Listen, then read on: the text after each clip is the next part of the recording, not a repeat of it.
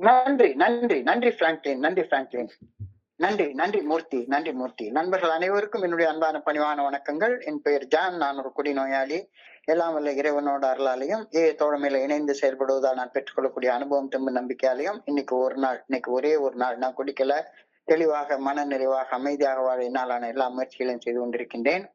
நண்பர் பிராங்க்லின் குறிப்பிட்டது போல நாம கோயம்புத்தூர் ஒருங்கிணைப்பு குழு மனசாட்சியின் தீர்மானத்தின் அடிப்படையில 24 hours a day, 24 மணித்துளிகள் ஒரு நாள் அப்படின்ற புத்தகத்துல தினமும் ஒரு பக்கத்தை எடுத்து வாசிச்சு விளக்கம் பார்த்து கலந்தாய்வு செய்து கூட்டத்தை நடத்தி கொண்டிருக்கிறோம்.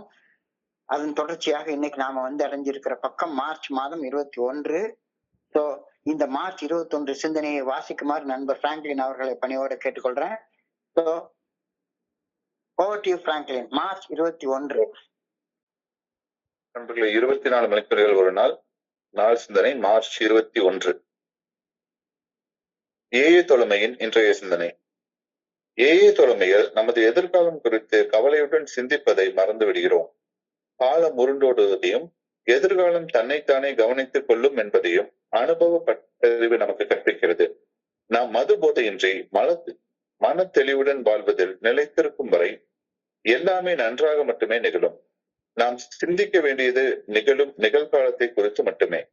அதிகாலை கண்பிடித்தவுடன் நம் வீட்டு ஜன்னல் வழியாக ஆதவனின் கரவொளி நமது இல்லத்தினுள் பாய்வதற்கு நன்றி கூறுகிறோம். மன தெளிவுடன் மகிழ்ந்து வாழ்வதற்கு மற்றொரு நாளை வழங்கி உள்ளதற்காக இறையொரு பேராற்றலை நன்றியுடன் நினைத்து பார்க்கிறோம். இந்த நல்ல நாளில் நாம் சக மனிதர்களுக்கு பணி செய்யும் மற்றொரு வாய்ப்பு நமக்கு வழங்கப்பட்டுள்ளது. என் கையில் இருப்பது இன்றைய நாளின் 24 மணித்துளிகள் மட்டுமே என்பதை அறிகிறேனா? இன்று ஒரு நாள் இறையொரு பேராற்றலுக்கு பணிந்து செயல்பட்டால் மன தெளிவுடனான வாழ்வில் நிலைத்திருக்க என்னால் முடியும் என்று அறிகின்றேனா? இன்றைக்கான தியானம். அடிப்படையில் அனைத்தும் நன்மையானவையே. இப்படி கூறுவதற்கு வெளிப்புறத்தில் அனைத்தும் நன்மையாக தோன்றும் என்று அர்த்தம் கொள்ளலாகாது. படைப்பு அனைத்தினுள்ளும் இருந்து இறையொரு பேராற்றலை ஆட்சி செய்கிறது. அனைத்தையும் ஒரு தெய்வீக நோக்கத்துடனே இறையொரு பேராற்றல் படைத்துள்ளது. எந்தெந்த மனிதர்கள் இறையொரு பேராற்றலின் நல்ல ஒழுங்கான வழிகாட்டுதலுக்கு பணிந்து செயல்படுகின்றனரோ அந்தந்த மனிதர்கள் இறையொரு பேராற்றலின் நோக்கத்தின்படி வாழ்வார்கள். இறையொரு பேராற்றலின் சிறு துகள் போன்ற ஆன்மா எனது உடல் என்ற உடையை இப்பொழுது அணிந்துள்ளது. உடலின் வெளிப்புறத்தில் உருவாகும் நோய்கள் குறித்து பெரிதாக சோர்ந்து போக வேண்டிய அவசியமில்லை. ஏனெனில் இந்த உடலின் ஆழத்தில் கூட அடிப்படை நன்மை மற்றும் நோக்கம் அடிப்படையில் எப்பொழுதுமே நிறைவேறிக் கொண்டே இருக்கிறது. இன்றைக்கான பிரார்த்தனை. இந்த உலக வாழ்வில் நான் பயணிக்கையில் இறையொரு பேராற்றலானது நல்ல ஒழுங்கான வழிகாட்டுதல் என்னுடன் இருக்க வேண்டும் என வேண்டுகிறேன். எனது வாழ்க்கை பயணத்தை இறையொரு பேராற்றலை திட்டமிடுகிறது என்ற அறிவை பெற வேண்டும் எனவும் வேண்டுகிறேன். நன்றி. நன்றி, நன்றி, நன்றி, நன்றி பிராங்க்லின், நன்றி பிராங்க்லின். நண்பர்கள் அனைவருக்கும் மீண்டும் ஒரு முறை என்னுடைய அன்பான பணிவான வணக்கத்தை தெரிவித்துக் கொள்றேன். என் பெயர் ஜான். நான் ஒரு குடிநோயாளி. எல்லாம் வல்ல இறைவனோட அருளாலையும் தோழமையில இணைந்து செயல்படுவதால் நான் பெற்றுக்கொள்ளக்கூடிய அனுபவம் நம்பிக்கையாலையும் இன்னைக்கு ஒரே ஒரு நாள் நான் குடிக்கல, தெளிவா மன நிறைவா அமைதியா வாழ என்னாலான எல்லா முயற்சிகளையும் செய்து கொண்டிருக்கின்றேன். இன்றைக்கு வாசிக்கப்பட்ட சிந்தனையை படிக்கிறப்ப ஒரு இடத்துல பில்டபிள்யூ அவர்கள் சொல்லக்கூடிய ஆன்மீக விதி, ஸ்பிரிச்சுவல் ஆக்சியம் அப்படின்னு ஒரு கருத்தை சொல்றாரு. ஒரு ஆன்மீக விதி. எப்ப நான் மனசலனம் அடைந்து மனசுல உணர்வுகள் தடுமாறி உணர்வுகள் கொந்தளிச்சுட்டு இருக்கிறேனோ அதற்கு என் மனசுக்குள்ளார இதுதான் காரணம் அப்படின்னு நான் ஏதோ ஒரு கற்பனைய நினைச்சுக்கிட்டு இருந்தாலும் நான் மன தடுமாறுறதற்கும் உள்ளம் தடுமாறுறதற்கும் உள்ள கொந்தளிக்கிறதற்கும் என்னுடைய ஆன்மீக நிலையை நான் சரியா பராமரிச்சு வச்சுக்கல அப்படின்ற ஒரு காரணத்தை தவிர வேற எந்த காரணமும் கிடையாது அப்படின்னு பில்டபிள்யூ ஒரு ஆன்மீக விதியை குறிப்பிடுறாரு. இது ஒரு ஆன்மீக விதி, எல்லா மனிதர்களுக்கும் பொருந்தக்கூடிய ஒரு ஆன்மீக விதி. அந்த விதி மாறவே மாறாது. அதுக்கு ஒரு உதாரணம் சொல்றாரு. ஒரு மனிதன் ஒரு நாளைக்கு ரொம்ப டிஸ்டர்ப்டு ஸ்டேட்ல ஆனா உடஞ்சு போய் ஏதோ ஒரு வெறுப்பு, எரிச்சல், கசப்போட வீட்டுக்குள்ளார வர்றான். அப்போ அவன் வளர்த்திட்டு இருக்கிற ஒரு நாய் உள்ள வந்த உடனே வாழ் வாழ் வாழ் வாழ்னு குலைச்சுக்கிட்டே இருக்குது. பக்கத்து வீட்டுக்காரன் நம்மளை பத்தி என்ன நினைப்பானோ அப்படின்னு அவருக்கு ரொம்ப கஷ்டமாயிடுது. என்னென்னமோ பண்ணி பாக்குறாரு, அந்த நாய் வந்து அடங்க மாட்டேங்குது. ஒரு 1 மணி நேரம் 2 மணி நேரம் கழிச்சு எப்படியோ அடங்கிருது. அந்த நிலைமை சரியாயிடுது. அதே மாதிரி இன்னொரு நாள், 1 வாரம் கழிச்சு இன்னொரு நாள் வீட்டுக்குள்ளார நுழையிறாரு. அப்போ நல்ல மனநிலையில வர்றாரு. ஒரு நல்ல மனநிலையில, ஒரு அன்போட, அமைதியோட, நிம்மதியோட வர்றாரு. வர்ற நேரத்துல அப்பயும் அதே நாய் குலைக்குது, லொள்ளு லொள்ளுன்னு குலைக்குது. குலைச்ச உடனே இவர் வந்து நாய்க்கு பசிக்குது அப்படின்னு தெரிஞ்சுக்கிட்டு கொஞ்சம் டாக் ஃபுட்டை எடுத்து அந்த பவுல்ல போடுறாரு. நாய் சாப்பிட்டுட்டு அமைதி ஆயிடுது. உடனே அந்த நண்பர் வந்து சிந்திச்சு பாக்குறாரு. நாய் குலைக்கிறது அப்படின்றது ஒரு நிகழ்வு. 2 நாள் அதே நிகழ்வு தான் நடந்தது. புற நிகழ்வு வந்து நாய் குலைக்கிறது. ஒரே புற நிகழ்வுக்கு 2 வகையா நான் ரியாக்ட் பண்ணேன் அப்படின்னு சொன்னா, அந்த புற நிகழ்வுல எந்த ஒரு முக்கியத்துவமும் இல்ல. என்னுடைய அகநிலையை பொறுத்துதான் என்னுடைய புற நிகழ்வுகளுக்கு நான் எதிர்வினை ஆற்றுறேன் அப்படின்ற கருத்து அவருக்கு தெரிய வருது.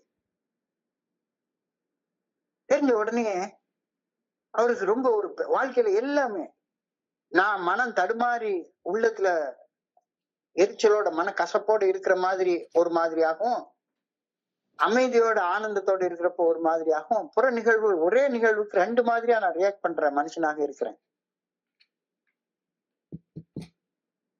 இத ரொம்ப வருஷத்துக்கு முன்னாலேயே, பல பல ஆயிரம் வருஷத்துக்கு முன்னாலேயே தீதும் நன்றும் பிறர் தர வாரா அப்படின்ற அழகான புறநானூற்று பாடல் மூலமாக கணியன் பூங்குன்றனார் அவர்கள் இந்த உண்மையை சொல்றாங்க. தீதும் நன்றும் பிறர் தர வாரா. இது ஆழமாக நம்பப்பட வேண்டிய ஒரு உண்மை, ஒரு ஆன்மீக விதி. தீமையும் நன்மையும் அடுத்தவங்க தந்து எனக்கு வரவே வராது அப்படின்றது ஆழமாக நம்பப்பட வேண்டிய உண்மை. இன்னைக்கு நான் என் வாழ்க்கையில ஏதோ ஒரு துன்பம், துயரம், வலி, வேதனை, பிரச்சனை, சிக்கலை, ஏதோ ஒரு தூய விளைவை நான் அனுபவிக்கிறேன்னா, அது நான் நேத்து செஞ்ச ஏதோ ஒரு தீய செயலின் விளைவு மட்டும்தான்.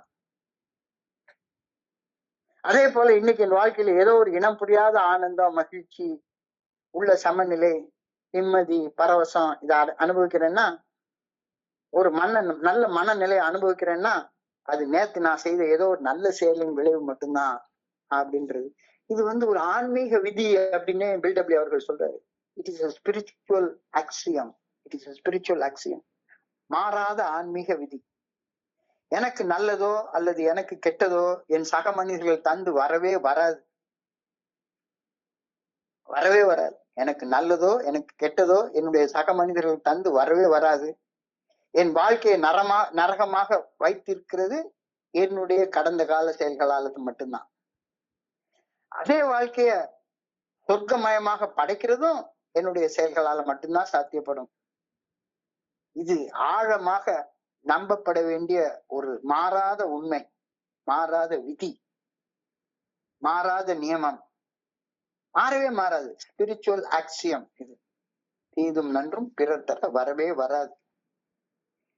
எனக்கு தீமைகள் நேர்ந்தால், எனக்கு ஏதாச்சும் ஒரு கோபம் வருது, பயம் வருது, பொறாமை வருது, சந்தேகம் வருது, காம உணர்ச்சி வருது, இதெல்லாம் உணர்வு தடுமாறுனா, உணர்வுகள் கொந்தளிச்சா, நான் உடனே பிறர் மேல பழியை சுமத்தி நான் அந்த தீமையை விளைவிக்கவில்லை என்று கூறி என்னை காப்பாத்திக்க முயற்சி பண்றேன். அதே நேரம் நன்மைகள் நிகழ்ந்தா எல்லா பெருமையும் எனக்கு தான் அப்படின்னு தம்பட்டம் அடிச்சுக்கவும் செய்யறேன். இது வந்து அப்படியே உள்டாவா நான் பண்றேன்.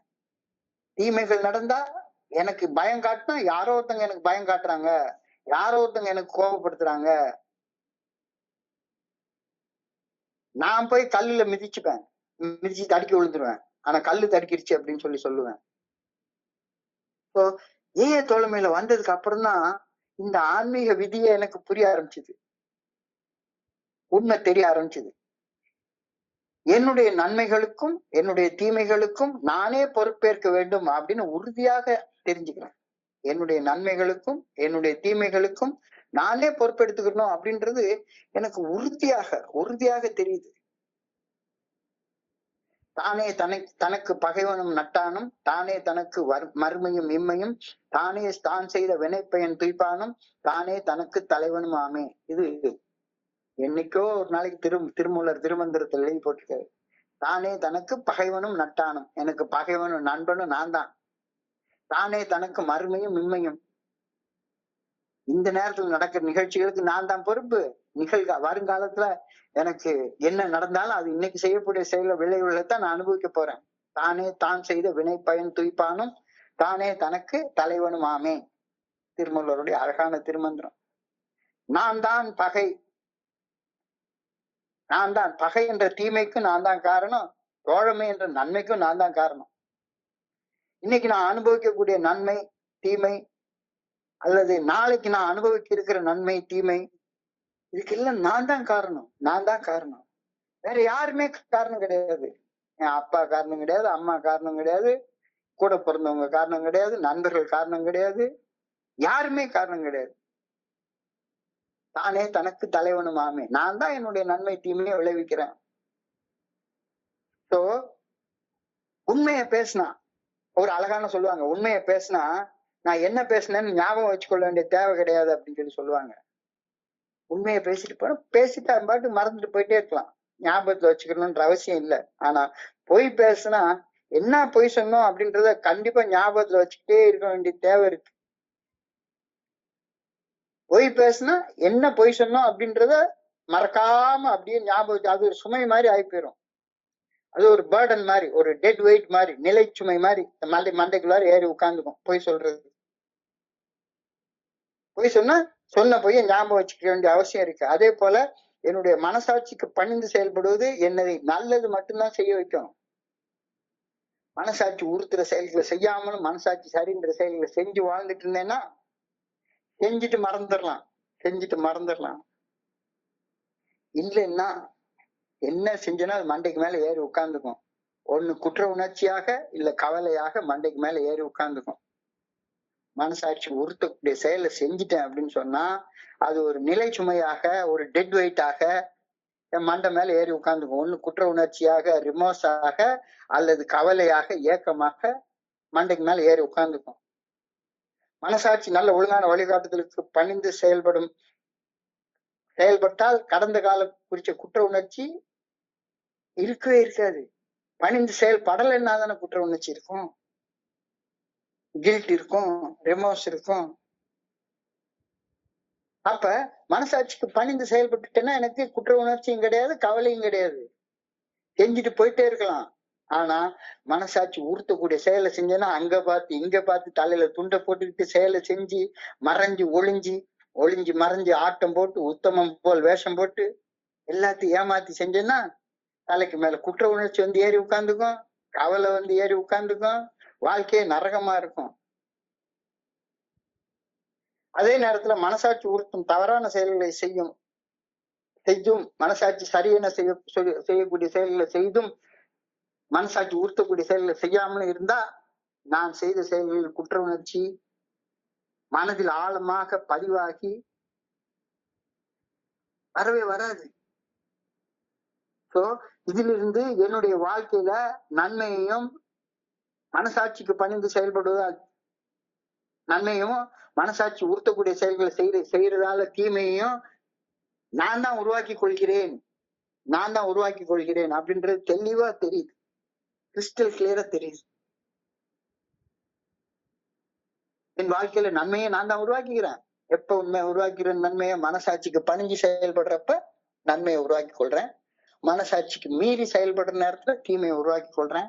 ஸோ தீமையையும் நன்மையையும் நான் தான் உருவாக்கி கொள்றேன், வேற யாரும் தந்து அது வரவே வராது. இது ஒரு ஆன்மீக விதி. இந்த விதி யாருக்கும் மாறவே மாறாது அப்படின்ற கருத்தை இன்னைக்கு சிந்தனையின் முதல் வரியாக கொடுத்திருக்கிறாங்க. In AA we forget about the future. தோழமைக்கு வர்றதுக்கு முன்னால கடந்த காலம் எதிர்காலம் ஞாபகத்துல அப்படியே இருந்துகிட்டே இருக்கு. எப்ப பார்த்தாலும் ஒண்ணு கடந்த காலத்தை குறிச்சு சிந்தனை அல்லது எதிர்காலத்தை குறிச்சு சிந்தனை. In AA we forget about the past and forget about the future.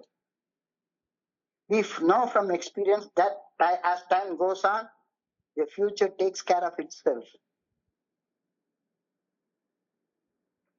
இதுக்கு அர்த்தம் ஏஏ தோழமைக்கு வந்து இணைஞ்சு ஏஏ தோழமை பரிந்துரைக்கக்கூடிய 12 படிகள் அடங்கிய மீட்படையும் செயல் திட்டத்தை வாழ்க்கையாக வாழ்கின்ற காரணத்தால் மனசாட்சியின் மூலம் வெளிப்படுத்தப்படும் இறையர் பேராற்றலை நல்ல ஒழுங்கான வழிகாட்டுதலுக்கு பணிந்து செயல்படுகின்றோம். எனவே எதிர்காலம் குறிச்ச பயம் இருக்காது, கவலை இருக்காது, கடந்த காலம் குறிச்ச குற்ற உணர்ச்சி இருக்காது. செய்யலைன்னா இருக்கும்.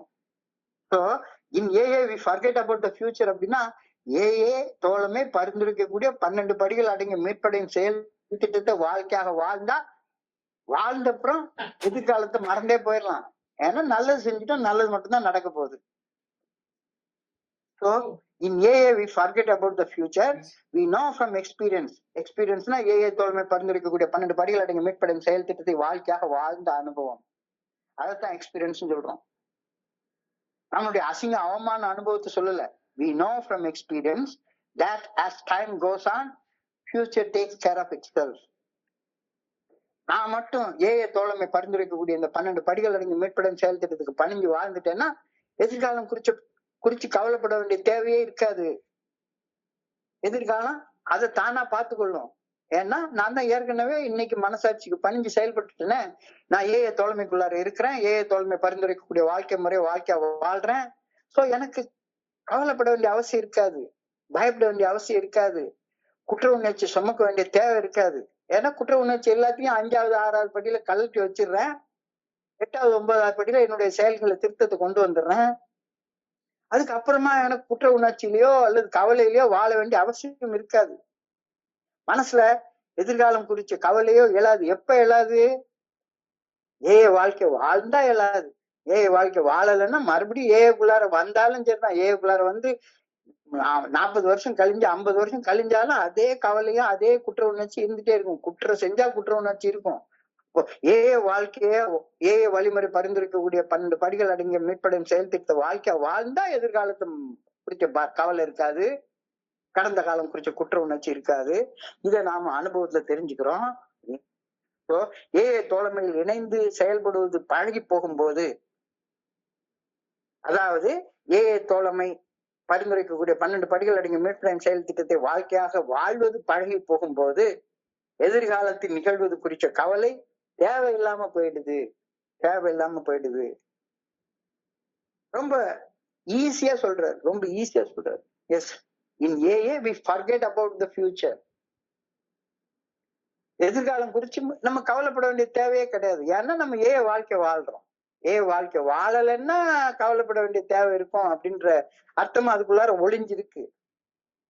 Everything works out well as long as we stay sober. Everything works out well as long as we stay sober. AA தோழமை பரிந்துரைக்கக்கூடிய 12 படிகள் அடங்கிய மீட்படையும் செயல் திட்டத்தை வாழ்க்கையாக வாழ்ற வரைக்கும், அதாவது மனசாட்சியின் மூலம் வெளிப்படுத்தப்படும் இறையர் பேராற்றல் நல்ல ஒழுங்கான வழிகாட்டுதலுக்கு பணிந்து செயல்படுற வரைக்கும் இந்த பணிவால மன தெளிவுடன் வாழும் வாழ்க்கையில நம்மளால நிலைத்து வாழ முடியும், கவலை இல்லாம வாழ முடியும், குற்ற உணர்ச்சி இல்லாம வாழ முடியும். எல்லாம் நன்மைக்காக மட்டும்தான் நடக்கும். Everything works out well as long as I stay sober. Everything works out very well as long as I am humble. பணிந்து செயல்படுற வரைக்கும் எல்லாமே நல்லா மட்டும்தான் நடக்கும். பணிவாக வாழ்வது மன தெளிவுடனான வாழ்க்கையை வாழ்றதற்கு மிக மிக அடிப்படை தேவை அப்படின்ற கருத்தை இன்னைக்கு சொல்றாங்க. இன்னைக்கு ஒரு நாள் மட்டும் எப்படி மன தெளிவுடன் வாழ்றது அப்படின்னு நான் யோசிச்சா போதுமானது. இன்னைக்கு ஒரு நாள் மட்டும் எப்படி மன தெளிவோட வாழ்றது அப்படின்னு யோசிச்சா போதுமானது. All we need is think about today. இன்னைக்கு ஒரு நாள் நிகழும் இந்த கணத்துல, இந்த மொமெண்ட்ல பணிவுடன் மனசாட்சி உறுத்தும் செயல்களை செய்யாமலும் மனசாட்சி சரி என சொல்லும் செயல்களை செய்தும் வாழும்போது கடந்த காலம் குறித்த குற்ற உணர்ச்சியோ எதிர்காலம் குறித்த கவலையோ பயமோ இருக்கவே இருக்காது. இன்னைக்கு ஒரு நாள் நேற்றுக்கு என்ன செஞ்சிருந்தாலும் பரவாயில்ல, நாளைக்கு என்ன நடக்கும்ன்ற இதை பத்தி நம்ம கவலைப்படாம இன்னைக்கு ஒரு நாள் மனசாட்சி உறுத்தக்கூடிய செயல், அதாவது இருட்டுல செய்யக்கூடிய செயலை செய்யாம போதும். வெளிச்சத்துல செய்யக்கூடிய செயல், அதாவது கடவுள் என்பவர் ஒளியானவர் அப்படின்னு சொல்றாங்க. இறைவனை ஒளிக்கு ஒப்பிடுறாங்க, தீமையை இருட்டுக்கு ஒப்பிடுறாங்க. இன்னைக்கு ஒரு நாள் ஒளியில செயல்படு. ஒளியில செயல்படுன்னு நம்ம ஒரு தப்பான செயல் செய்யணும்னா உடனே இருட்டுக்கு தான் நம்ம போவோம். ஒரு போன் பிக்சர் பாக்குறதுன்னா நடுவுல டீ கடையில நின்னுட்டு போன் பிக்சர் பார்க்க மாட்டோம். பொண்டாட்டிக்கு முன்னால பார்க்க மாட்டோம். ஃப்ரெண்டுக்கு முன்னால பார்க்க மாட்டோம். தனியா போய் ரூம் அடைச்சுக்கிட்டு தனியா போய் யாரு இல்லைன்னு ஜன்னல் எல்லாம் சாத்திட்டு யாரு நம்மளை பார்க்க மாட்டாங்கன்றத உறுதி செய்து கொண்டதுக்கு அப்புறம் தான் பார்ப்போம்.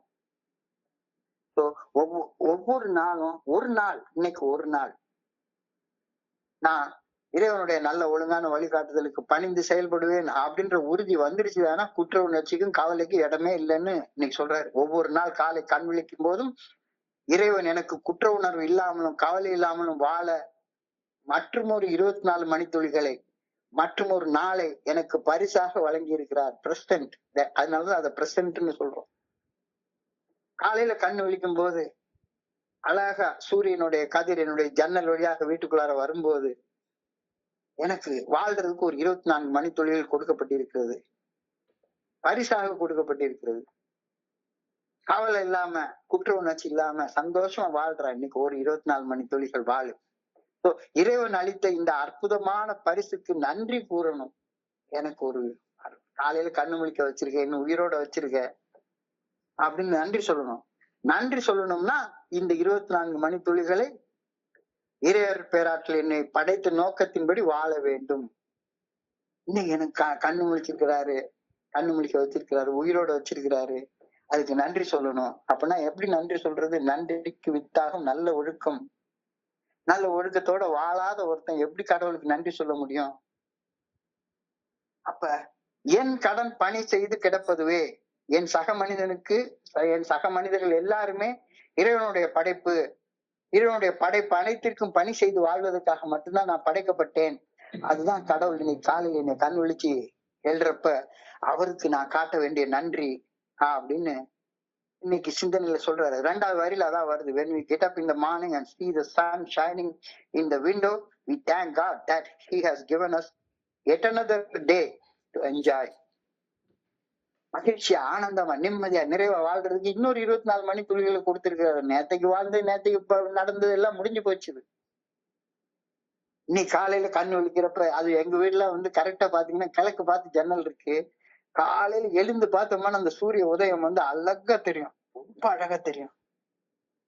ஆஹா, இன்னும் உயிரோட வச்சிருக்கிற, உயிரோட வாழ்றதுக்கு இன்னொரு 24 மணி நேரத்தை கொடுத்திருக்கிற ஆண்டவா நன்றி. அப்போ நன்றி எப்படி காட்டணும்? நல்ல ஒழுக்கத்தால காட்டணும். வேற எப்படி நன்றி நன்றி நன்றின்னு இறைவனுக்கு நன்றி சொன்னா நான் நன்றி சொல்லிவிட்டு அதுக்கப்புறமா நாசமா போன ஒரு வாழ்க்கையை வாழ்ந்தா அது எப்படி நன்றி சொல்றதாக மாறும்? அகமகிழ்ந்து வாழ்வதற்கு ஆண்டவன் இன்னொரு நாளை எனக்கு வழங்கியுள்ளார் என்று சொல்லும் போது அகமகிழ்வு எப்படி வருகின்றது என்று சிந்திப்பது அவசியப்படுகிறது தானே. அகமகிழ்ந்து வாழ்றதுக்கு ஆண்டவன் எனக்கு இன்னொரு நாளை கொடுத்திருக்கிறாரு அப்படின்னு சொல்றப்ப அகமகிழ்வு எப்படி வருகிறது அப்படின்னு சிந்திக்கிறது அவசியப்படுகின்றது. மனம் போன போக்குல சென்று ஆசைப்பட்டதையெல்லாம் செஞ்சு இறையர் பேராற்றின் நல்ல ஒழுங்கான வழிகாட்டுதலை மீறி செயல்பட்டது அக மகிழ்ச்சி அளிக்கவில்லை அப்படின்றது அனுபவம் கத்து கொடுக்கிற பாடம் தானே.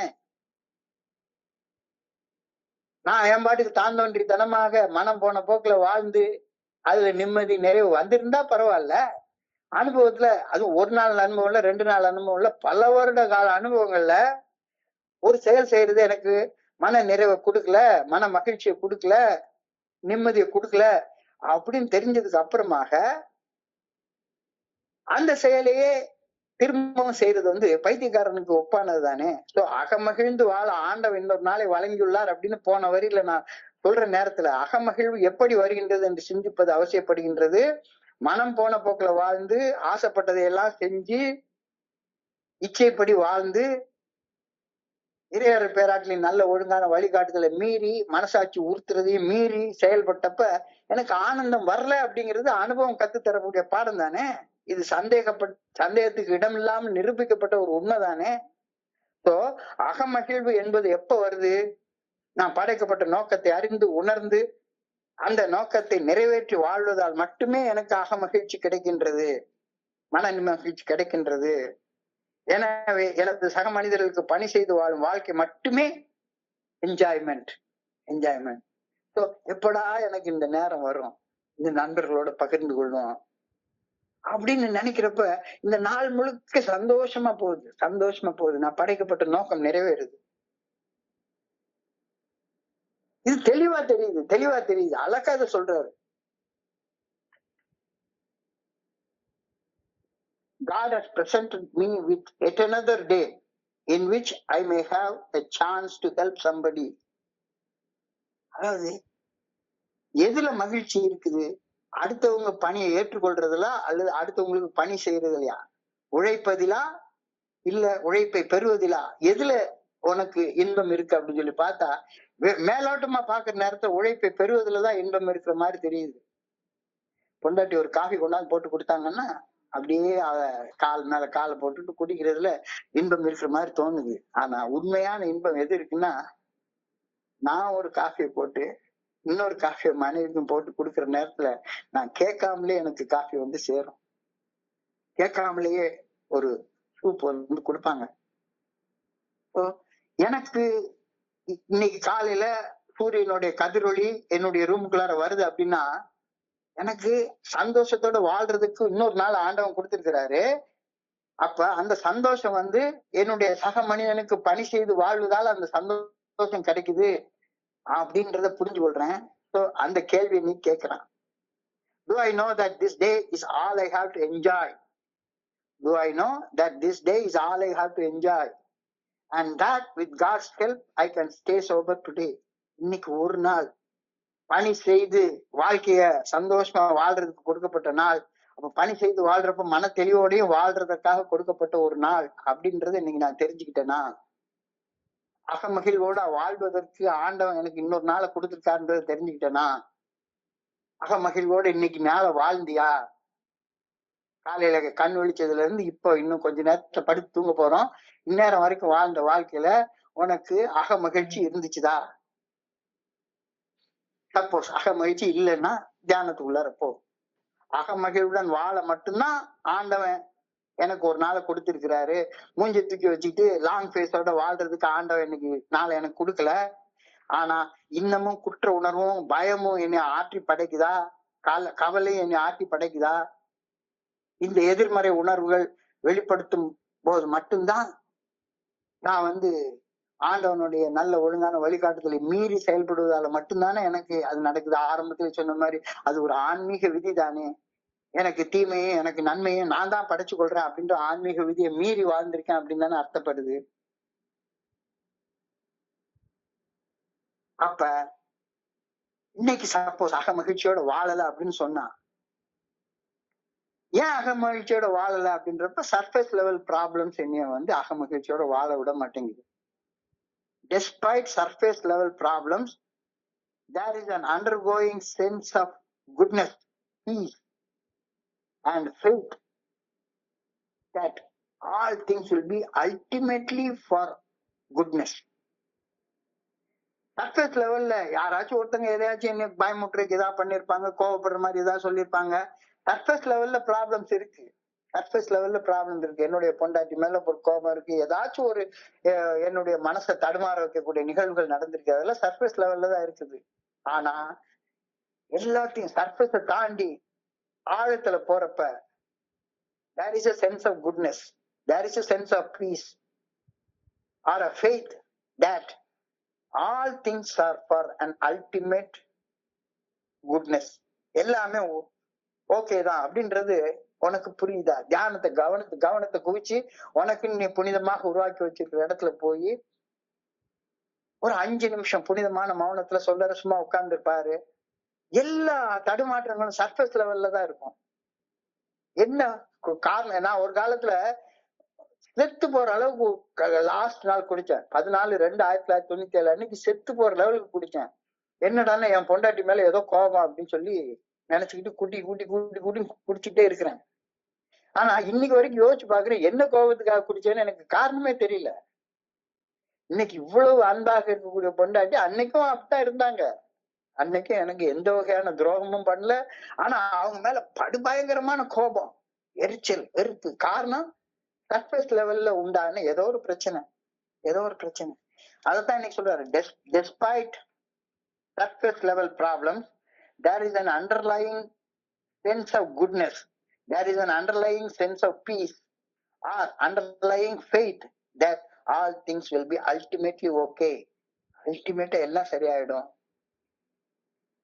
This is a perspective of faith. வாழ்க்கைய உறுதியான நம்பிக்கையோட பாரு. அல்டிமேட் எல்லா மனிதர்களும் நல்லவங்க தான். எல்லாரும் நல்லவங்க தான். வாழ்க்கை ஒரு உறுதியான நம்பிக்கைன்ற கோணத்துல இருந்து பாரு. வாழ்க்கைய ஆழ்வான அமைதியோட பார்க்க கத்துக்கோ. கடல் கரையில தான் அலை அடிச்சுக்கிட்டே இருக்கும். கடல்ல இருந்து கொஞ்ச தூரம் உள்ள போயிட்டேன்னு பாருங்க. கடல்ல போய் பயணிச்சவங்களுக்கு நல்லா தெரியும். கடல் எப்பவுமே அமைதிதான் இருக்கும்.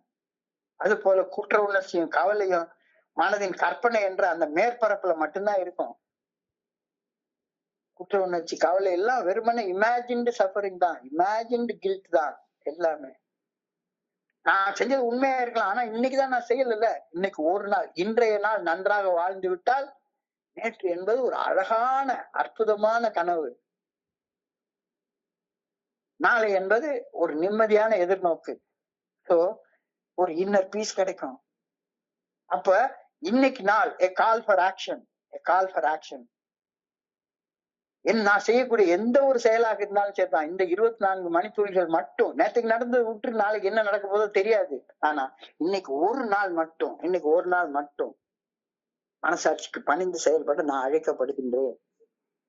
மனசாட்சிக்கு பணிஞ்சு நடக்கல அப்படின்னு சொன்னா உனக்கு மறுபடியும் அதே டிஸ்டர்பன்ஸ் இருக்கும், பீஸ் இருக்காது, அமைதி இருக்காது. நீ செஞ்சதெல்லாம் தலைக்கு மேல ஏறி உட்கார்ந்துக்கும். செய்த தப்பு எல்லாமே தலைக்கு மேல ஏறி உட்கார்ந்துக்கும்.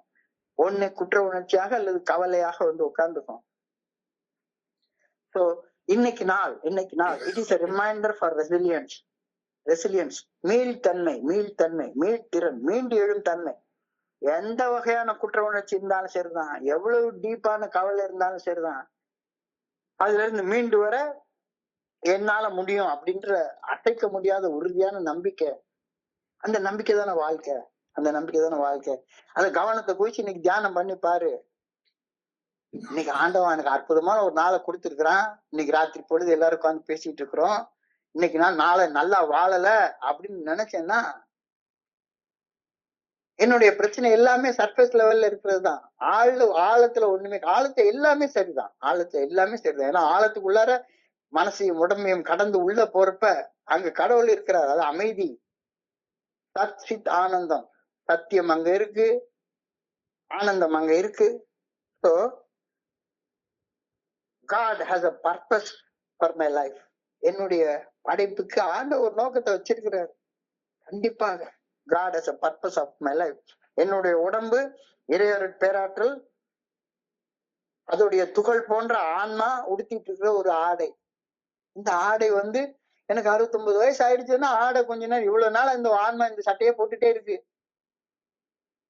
என்னுடைய மனைவி கூட சொல்லுவாங்க, கல்யாண பட்டு புடவை லேசா கிழிஞ்சு போயிடுச்சுங்க, அது கிழிஞ்சு போனா பார்க்க கஷ்டமா இருக்குது. ஆமா, கிட்டத்தட்ட 42 வருஷம் இருந்தா லேசா கிழிறதுல என்ன ஆச்சரியம் இருக்கு? எவ்வளவு பெரிய மெட்டீரியல் செஞ்சிருந்தாலும் சரிதான், அது ஒண்ணுமே பண்ணலனாலும் சரிதான், லேசா ஒரு பட்டு புடவை எல்லாம் கொஞ்ச நாள் ஆனதுக்கு அப்புறம் கிழிதுன்றாங்க. என்னுடைய சட்டையும் பார்த்தோன்னா சரிதான், 15 வருஷத்துக்கு முன்னால போட்ட சட்டை இன்னும் வச்சிருக்கேன், நிறைய சட்டைகள் வச்சிருக்கிறேன். அதெல்லாம் காலர்ல லேசா கிளி விட்டு போயிருக்கும். என்னுடைய உடம்பு இறையருட் பேராற்றலின் ஆன்மா, இறையருட் பேராற்றலின் துகள் போன்ற ஆன்மா போட்டுட்டு இருக்கிற சட்டை. இந்த சட்டை கிழிஞ்சு நஞ்சு போயிட்டா ஆன்மா வேற சட்டை எடுத்து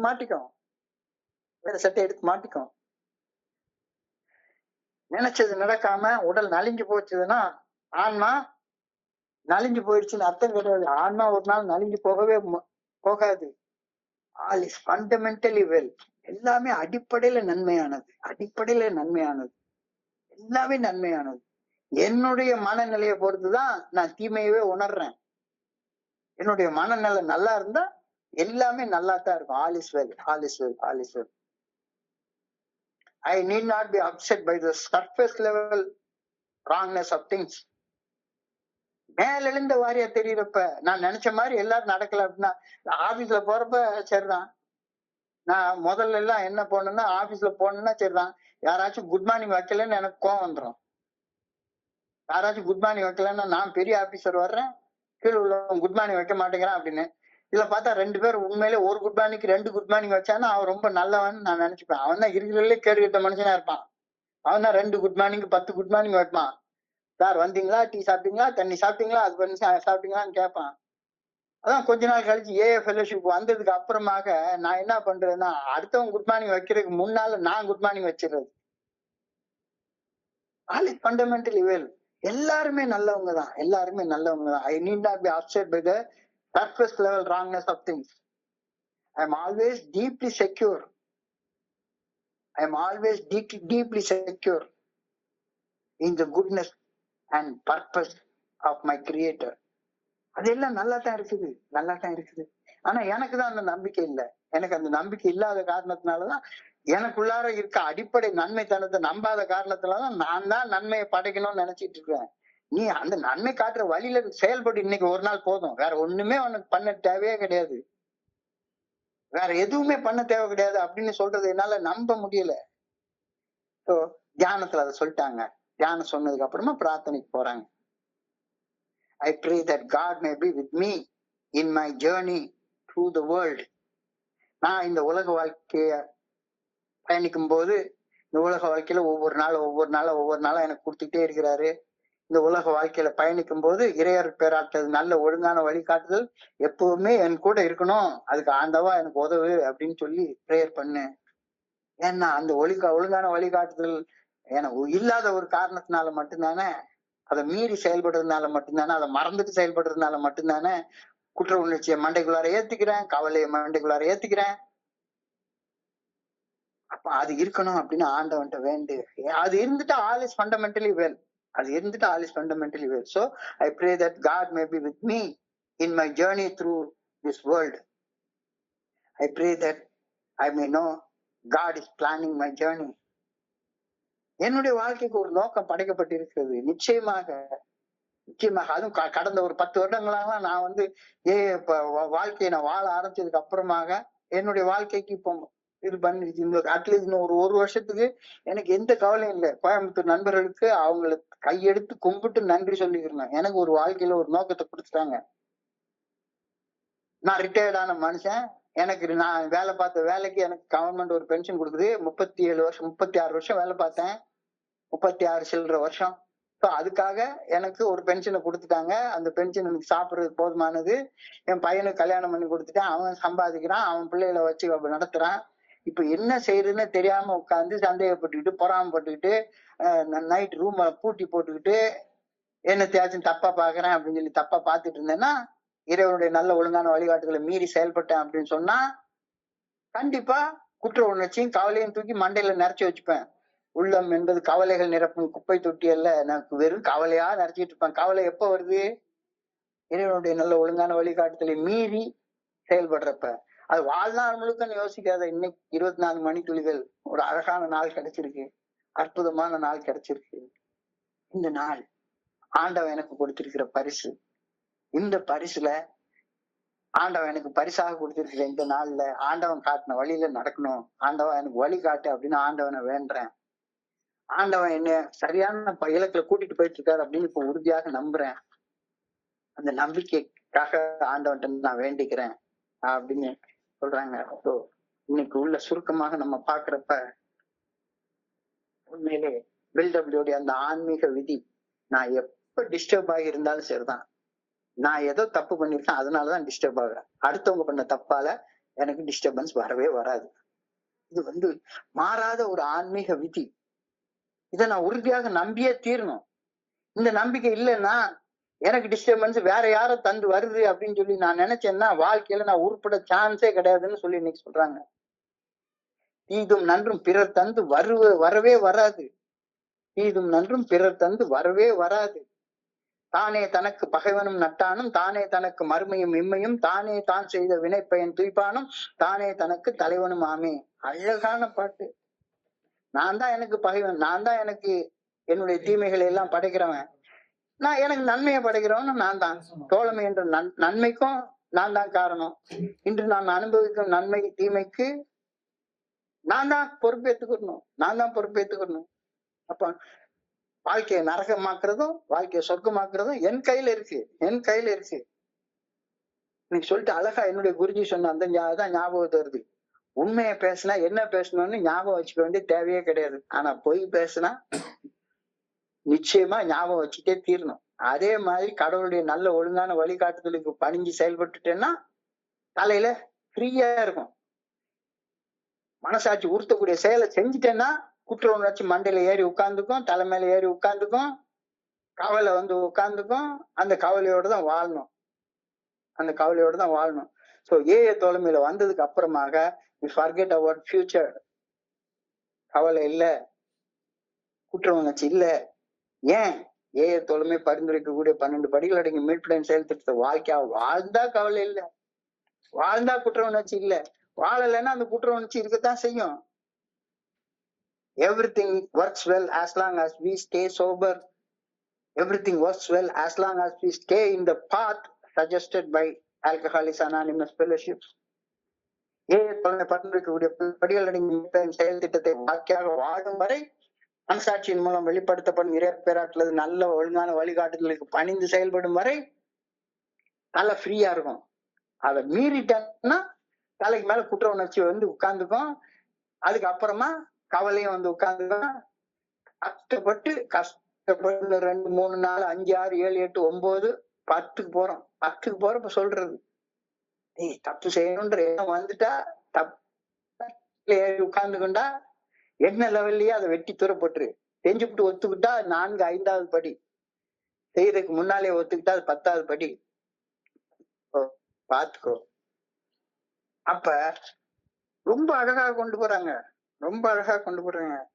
இன்னைக்கு காலையில கண்ணு முழிக்கிறப்ப அழகா சூரியனுடைய கதிர் என் வீட்டுக்குள்ளார வர்ற நேரத்துல ஆண்டவன் எனக்கு ஒரு அற்புதமான பரிசை கொடுத்திருக்கிறாரு. என்னது? Present.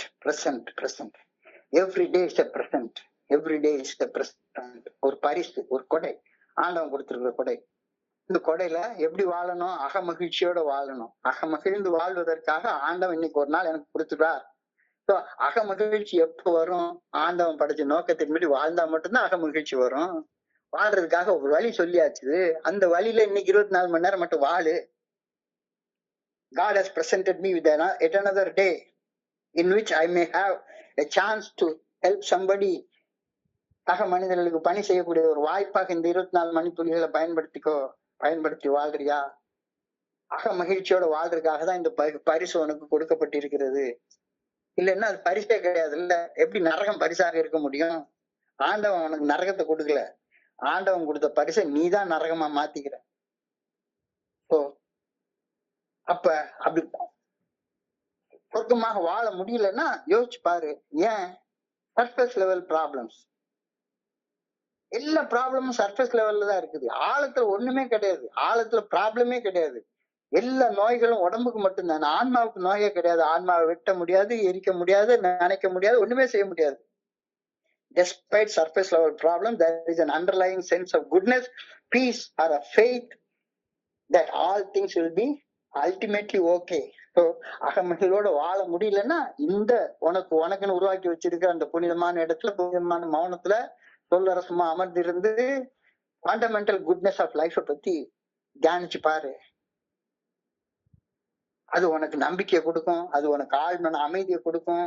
It will call for an action. It will be a reminder of resilience. என்ன வகையான குற்ற உணர்ச்சி இருந்தாலும் அதுல இருந்து மீண்டு வரக்கூடிய மீள்தன்மை உனக்கு உண்டு, ரெசிலியன்ஸ் உண்டு. என்ன வகையான கவலை இருந்தாலும் அந்த கவலையில இருந்து மீண்டு வரக்கூடிய மீள்தன்மை உனக்கு உண்டு. God has a purpose for your life. All is fundamentally well.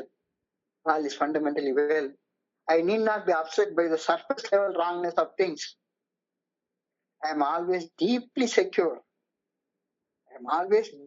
secure in the fundamental goodness and purpose of the universe. எல்லாமே பெர்ஃபெக்டா சுத்திட்டு இருக்கு. இந்த உலகத்தை, பிரபஞ்சத்தோட இயக்கத்தை பாருங்களேன். ஒரு சாதாரண அணுவுல, கண்ணுக்கு தெரியாத அணுவுல ஆரம்பிச்சு கண்ணால முழுமையா பார்க்கக்கூடிய பிரபஞ்சம் வரைக்கும் எல்லாமே பெர்ஃபெக்டா தான் இயங்கிட்டு இருக்குது. All is fundamentally good. All is fundamentally moving with a purpose. நான் மட்டும்தான் அதோட இணைந்து செயல்பட மாட்டேங்கிறேன். சோ அதோட இணைஞ்சிட்டேன்னா எல்லாமே சரி. உன்னுடைய பிரச்சனை எல்லாமே சர்ஃபேஸ் லெவல்ல தான். சர்ஃபேஸ் லெவல்ல தான். Deep down everything is okay. So I pray that God may be with me in my journey through this world. நான் இந்த உலக வாழ்க்கையில பயணிக்கிறப்ப இறையர் பேராட்டுறது நல்ல ஒழுங்கான வழிகாட்டுதல் எப்பவும் என்னோட இருக்கணும். ஆண்டவா எனக்கு வழிகாட்டு அப்படின்னு பிரார்த்திக்கிறேன். மகிழ்ந்து வாழ்றதுக்கு எனக்கு வழிகாட்டு அப்படின்னு நான் பிரார்த்திக்கிறேன். வழியை காட்டிட்டே இருக்கிறது, செயல்பட வேண்டியது நான் தான். I pray that I may know God is planning my journey. என்னுடைய வாழ்க்கைய எப்ப ஆரம்பிக்கணும் எப்ப முடிக்கணும் கரெக்டா அவரு வச்சிருக்கிறாரு. சரியான பாதையில கொண்டு போயிட்டு இருக்காரு. நம்பிக்கை வந்ததுக்கு அப்புறமாக குற்ற உணர்ச்சியும் கிடையாது, கவலையும் கிடையாது. ஆல் இஸ் ஃபண்டமெண்டலி வெல் அப்படின்ற கருத்து இன்னைக்கு சூப்பராக சொல்லப்பட்டிருக்கிறது நான் பாக்குறேன். சோ இன்றைய பகுதியை படிக்கிறப்ப என் மனதை கடந்து சென்ற சிந்தனைகளும் கூட பகிர்ந்து கொள்ள இந்த நல்ல வாய்ப்பு உருவாக்கி கொடுத்த இந்த குழுவிற்கு என்னுடைய மிக பணிவான நன்றிகளை தெரிவித்துக் கொள்றேன். இதுவரைக்கும் பொறுமையாக கேட்ட ஒவ்வொரு நண்பருக்கும் என்னுடைய பணிவான நன்றிகள். இந்த இரவு பொழுது நண்பர்களுக்கு இனிமையான இரவாக அமைய இறைவனை பணியோடு வேண்டிக் கொள்கின்றேன். நன்றி நன்றி நன்றி நன்றி நன்றி நன்றி நன்றி. வாழ்க வையகம், வாழ்க வளமுடன். Thank you so much. Thank you so much. Over to you, Franklin. Thank you.